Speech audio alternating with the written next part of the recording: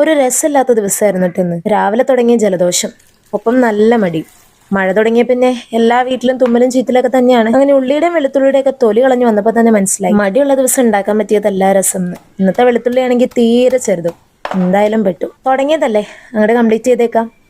ഉള്ളി, വെളുത്തുള്ളി, ഇഞ്ചി, ചെറുജീരകം, കുരുമുളക് ഇതൊക്കെ നന്നായിട്ടൊന്ന് ചതച്ചെടുക്കുക. കുരുമുളക് ആദ്യം ചതക്കണ്ടായിരുന്നു, പൊട്ടത്തരം കാട്ടി.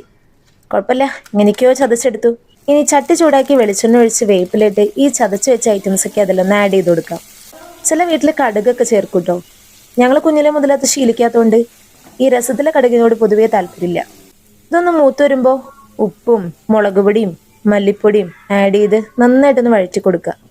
എന്നിട്ട് എന്ത് ചെയ്യുക, മെയിൻ സാധനം പുളിവെള്ളം ഒഴിച്ചു കൊടുക്കുക. എന്നിട്ട് നന്നായിട്ടൊന്ന് തിളപ്പിക്കുക. അതിനിടയിൽ പുളി വേണമെങ്കിൽ അതിനനുസരിച്ച് ചേർക്കുക, ഉപ്പ് നോക്കുക. ഈ പനി പിടിച്ചേ രുചിയൊന്നും ഇല്ലാതിരിക്കുന്ന സമയത്തുണ്ടല്ലോ, നല്ല എരിവുള്ള രസം